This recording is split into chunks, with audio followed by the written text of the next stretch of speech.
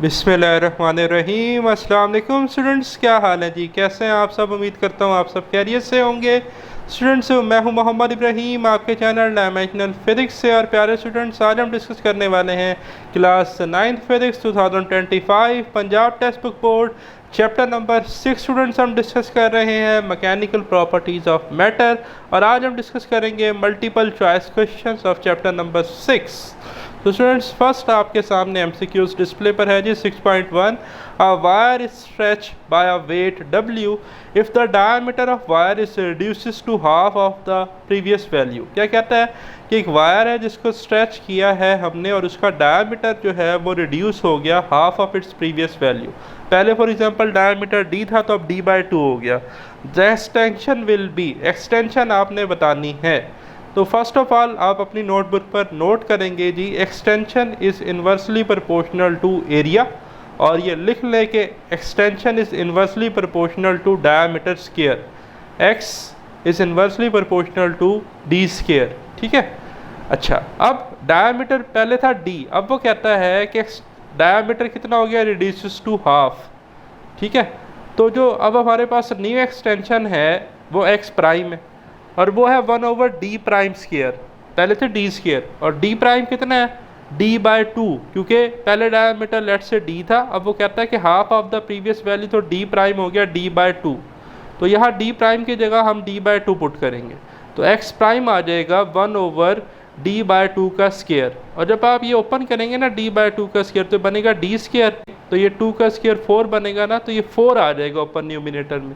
तो उसे मैंने सेपरेट लिख लिया है x प्राइम, यानी कि न्यू एक्सटेंशन जो है वो आपके पास बन रही है 4 टाइम्स ऑफ 1/d स्क्वायर, और 1/d स्क्वायर तो आपके पास प्रीवियस एक्सटेंशन थी, तो न्यू एक्सटेंशन आपके पास 4 टाइम्स हो जाएगी। तो आप d डेल्टा मार्क कर देंगे 4 टाइम्स। ठीक है।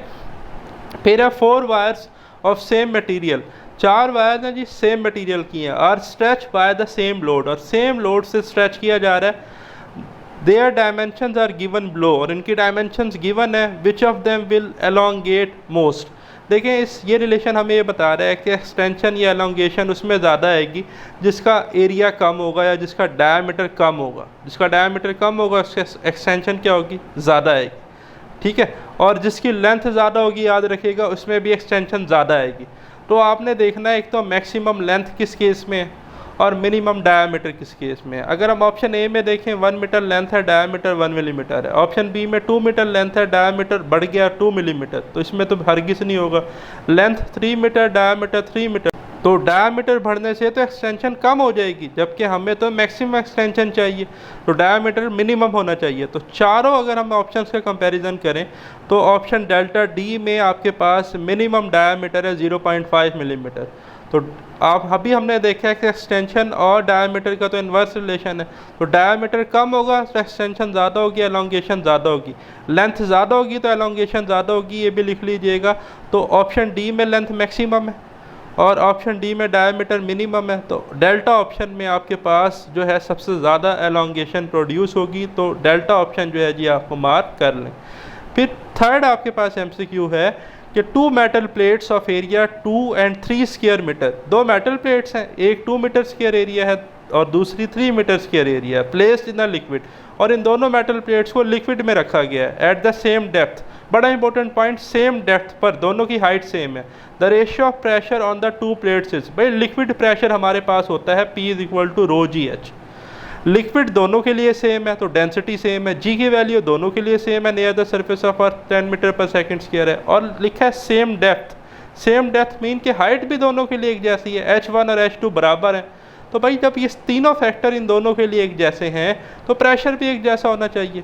तो उसने लिखा है the ratio of pressure on the 2 plates is, तो जो आपके पास प्रेशर एक जैसा है तो रेशियो सिमिलर आती है जब प्रेशर एक जैसा हो, तो आप लिखेंगे 1:1, क्योंकि pressure exert by liquid ρgh होता है, वो एरिया पर डिपेंड नहीं करता, तो 1:1 आप मार्क कर लेंगे।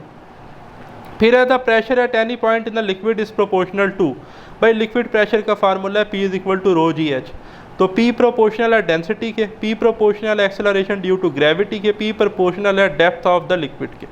तो ए ऑप्शन है डेंसिटी ऑफ लिक्विड, बिल्कुल ठीक है। बी ऑप्शन है depth of the point below the surface of liquid, बिल्कुल ठीक है। सी है एक्सेलरेशन ड्यू टू ग्रेविटी, बिल्कुल ठीक है। डी है जी ऑल ऑफ द अबव, तो आप डेल्टा ऑप्शन मार्क कर लेंगे जी, डी ऑप्शन है, ठीक है। फिर आपके पास है pressure applied to an enclosed fluid is increase and applied to every part of the fluid, नहीं फॉल्स स्टेटमेंट है जी। Dimension and transmitted to the walls of container, नहीं फॉल्स है जी। Increase in proportional to the mass of fluid and transmitted to the each part of the fluid, नहीं जी, ये भी आपके पास फॉल्स स्टेटमेंट है। Transmitted unchanged to every portion of the fluid and walls of containing vessel, yes true है जी। Equally transmitted करेगा, ठीक है जी, और अनचेंज रहेगा, और ये स्टेटमेंट है पास्कल लॉ की, तो डेल्टा आप इसमें मार्क कर लेंगे जी। फिर है the principle of hydraulic press is based on, hydraulic press का जो हमारे पास प्रिंसिपल है वो पास्कल लॉ पर बेस करता है, बीटा आप मार्क कर लेंगे जी, ठीक है। फिर है आपके पास 6.7 when a spring is compressed what form of energy does it possess. भाई जब हम स्प्रिंग को कंप्रेस करते हैं ना तो स्प्रिंग में इलास्टिक पोटेंशियल एनर्जी आती है, तो आप बीटा ऑप्शन मार्क करेंगे, पोटेंशियल, ठीक है, इलास्टिक पोटेंशियल एनर्जी होगी। फिर 6.8 है what is the force exerted by the atmosphere on the rectangle block surface of length, length given है 50 सेंटीमीटर, ब्रेड्थ है जी 40 centimetre given. The atmospheric pressure is 100 kilo pascal. भाई length और width given है और pressure given है, force calculate करनी है। पहली बात तो हम एरिया कैलकुलेट करेंगे। एरिया आप देखिए, एरिया होता है लेंथ मल्टीप्लाई बाय विड्थ, तो लेंथ है 50 सेंटीमीटर और ब्रेड्थ या विड्थ है 40 सेंटीमीटर, तो 50 मल्टीप्लाई बाय 40 आंसर आ जाएगा 2000। और 2 सेंटी हैं, एक सेंटी होता है 10⁻⁻2 और दूसरा सेंटी 10⁻⁻2, तो बन जाएगा 10⁻⁻4 मीटर स्क्वायर, ठीक है जी। यहाँ तक एरिया हमने कर लिया। अब देखें प्रेशर, प्रेशर है 100 किलो पास्कल, पी से हम लिखेंगे pressure which is equal to 100 kilo pascal.